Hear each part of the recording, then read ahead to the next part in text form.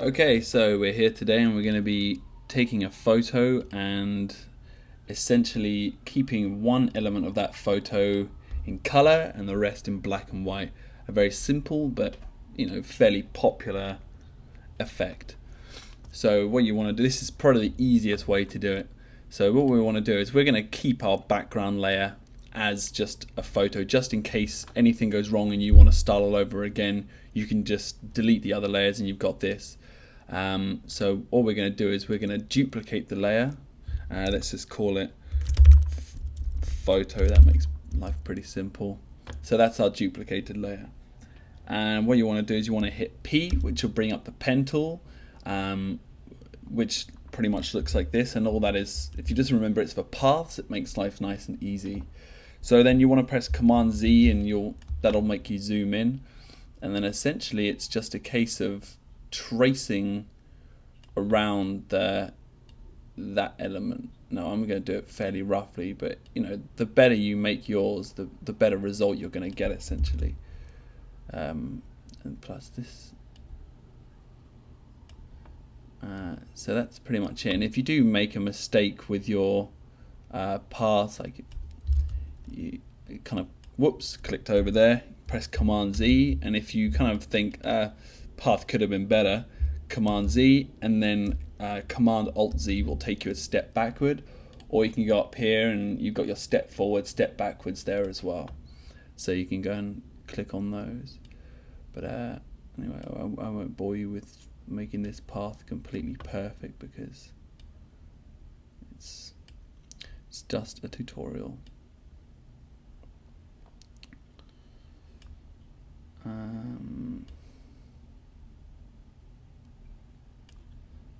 I say that, but it seems to be taking me a while anyway. Let's just speed it up a little bit.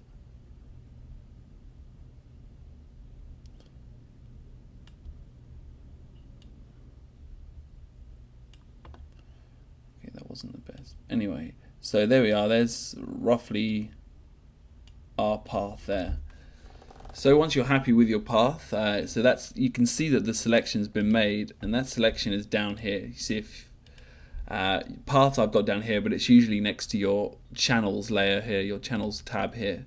So then what you want to do is come down here and click this little icon, which makes it into an actual selection or marching ants, like that.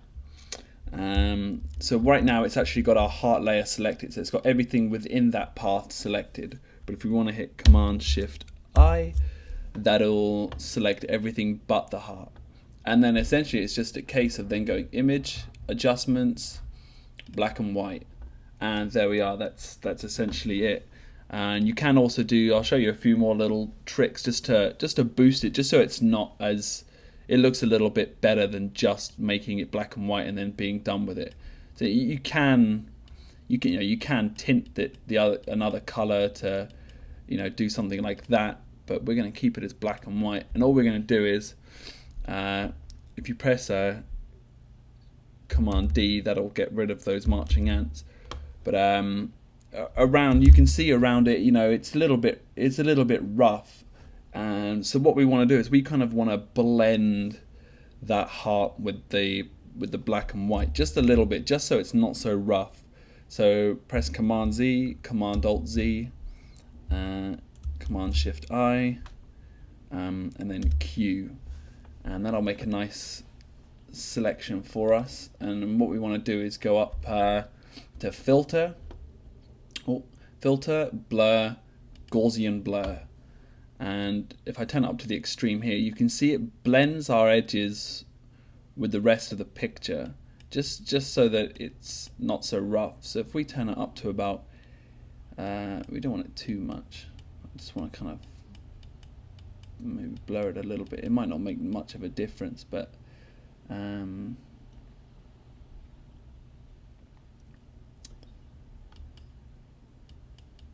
let's turn it to 7.8. And then press Q again once you're happy, and then essentially Command Shift I again, and we just do what we did before, just change it to black and white again. And then so that's that. It's blended a little bit, you might want to do it the other way around with the heart selector and then blend that into the background. It's whichever way you think is best.